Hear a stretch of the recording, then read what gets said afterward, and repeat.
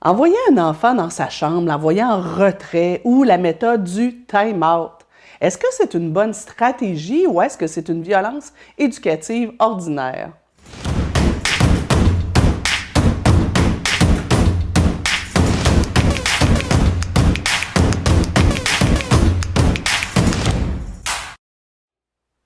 Bonjour, mon nom est Nancy Doyon, je suis éducatrice spécialisée, coach familial, auteure et conférencière et c'est le moment de votre capsule SOS Nancy.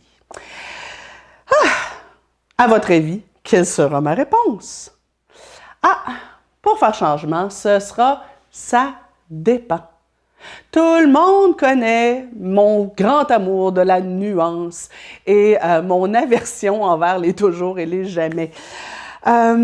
Présentement, on voit principalement en Europe une espèce de débat sur pour ou contre le retrait, pour ou contre l'utilisation du time-out. Donc, le time-out, c'est quand l'enfant se comporte mal, je l'envoie, par exemple, dans les marches d'escalier, je l'envoie s'asseoir sur le canapé, je l'envoie au coin, je l'envoie dans sa chambre pour qu'il réfléchisse. Certaines personnes, certains intervenants vont dire oui, c'est une bonne stratégie parce que ça permet à l'enfant d'avoir un cadre. Ça permet à l'enfant de connaître la limite. Il faut que l'adulte mette des règles et qu'il y ait des sanctions au bout de ces règles-là quand elles ne sont pas respectées. D'autres intervenants disent non, non, non, c'est une violence éducative ordinaire, c'est d'isoler l'enfant, c'est de ne pas respecter ses besoins, c'est une forme de rejet et ça risque de créer beaucoup d'impact. Oui, il va apprendre à obéir, mais c'est plus du dressage d'enfant que de l'éducation. Sans surprise, je vous dirais, j'ai envie de vous dire, tu sais, ça dépend. C'est pas aussi noir et blanc que ça. Bon, pour ma part, c'est sûr que de mettre un enfant au coin sur une chaise ou à genoux ou le nez debout dans un coin, pour moi, je trouve que effectivement, c'est humiliant.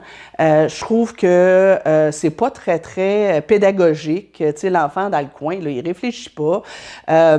Puis, tu sais, s'il est en colère, puis si, je sais pas, moi, il vient de frapper son frère, sa sœur, si il est envahi par les émotions, ça va pas l'aider à se calmer. Tu sais, puis je trouve pas qu'on est en train d'enseigner quelque chose qui va lui servir plus tard. Moi, comme adulte, quand je suis en colère contre mon conjoint, qui est juste derrière de la caméra d'ailleurs, c'est assez rare que je vais aller me calmer en me mettant le nez dans un coin. Fait que, tu sais, moi, le retrait au coin, je trippe pas tant. Maintenant, si vous l'utilisez et que vous l'utilisiez, je vous invite à trouver d'autres solutions, mais vous n'avez probablement pas bousillé vos enfants pour autant.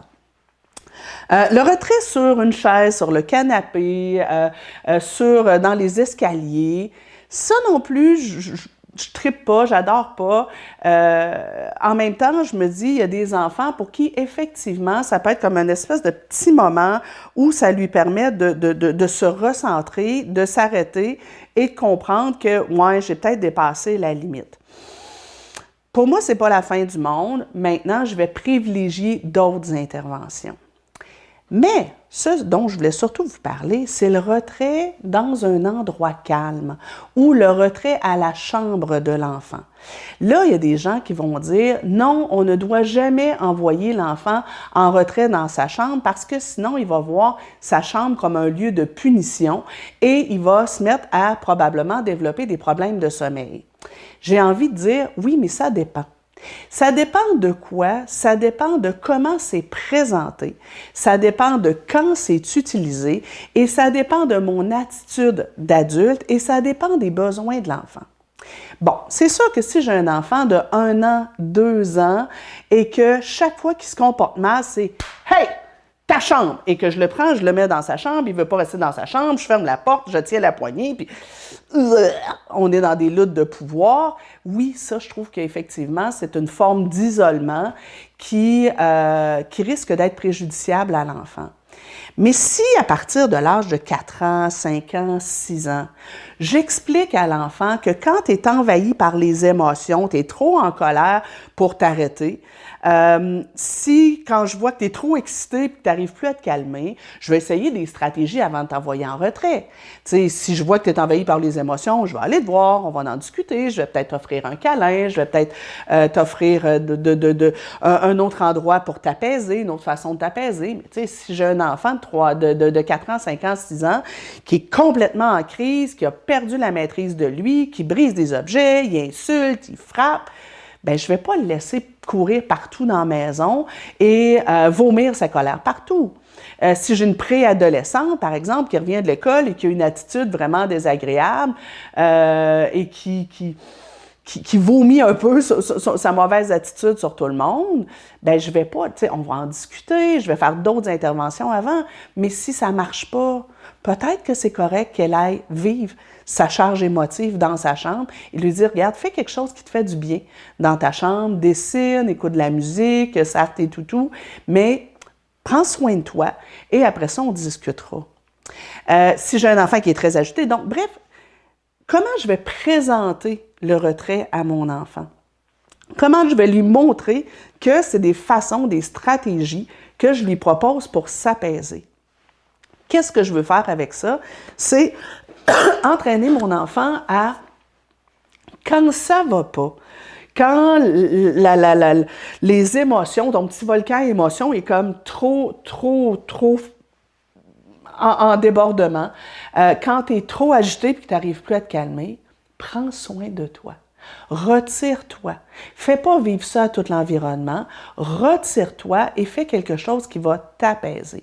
Alors, peut-être que j'aurais exploré dans la chambre ou dans le lieu de retrait. Hein, on peut aussi décider avec des enfants, si la chambre est un peu loin, d'avoir un espace qui est, je sais pas moi, la salle de jeu, qui est un petit espace près du canapé avec des jeux, la salle de lavage. En tout cas, bref, on pourrait mettre un autre endroit qui est un espace d'apaisement. Donc, ça ne devient plus un espace de retrait, d'isolement. C'est un espace d'apaisement. Et dans cet endroit-là, il y a des trucs qui vont aider l'enfant. Ça peut être ses blocs Lego, ça peut être ses peluches, ses toutous, ça peut être une couverture, bref. Et on a fait des mises en situation ensemble pour montrer à l'enfant comment il peut s'apaiser. Et là, à ce moment-là, l'espace de retrait devient une espèce de havre de paix, de refuge, où l'enfant, on lui dit, c'est correct que tu te donnes l'espace-temps nécessaire pour vivre tes émotions, ou pour prendre du temps pour faire un espèce d'apaisement quand tu es trop excité, par exemple, et que tu as mis tes cornes. Alors, mon message ici, c'est le retrait, ça va dépendre. Moi, mon attitude aussi comme adulte, si je suis en train de dire « ça suffit, ta chambre », ça ne marche pas. J'ai envie aussi de vous mettre un autre point, c'est utiliser le retrait comme lieu pour s'apaiser ou comme moment pour s'apaiser, ça peut être intéressant. Comme moyen de punition, là, je suis moins d'accord aussi. Tu sais, je vais privilégier évidemment les conséquences naturelles, les conséquences logiques, parfois une petite discussion est suffisante. Donc, oui, le retrait, mais pas à toutes les sauces, pas pour n'importe quoi. Ce qu'on veut dans le fond, c'est dire, bon, ben regarde, quand tu es envahi par l'émotion, stop, arrête-toi, éloigne-toi, puis va dans un endroit qui te fait du bien, apaise-toi, puis ensuite on va pouvoir en discuter. Alors, oui ou non au retrait? Encore une fois, ça dépend. Bye bye!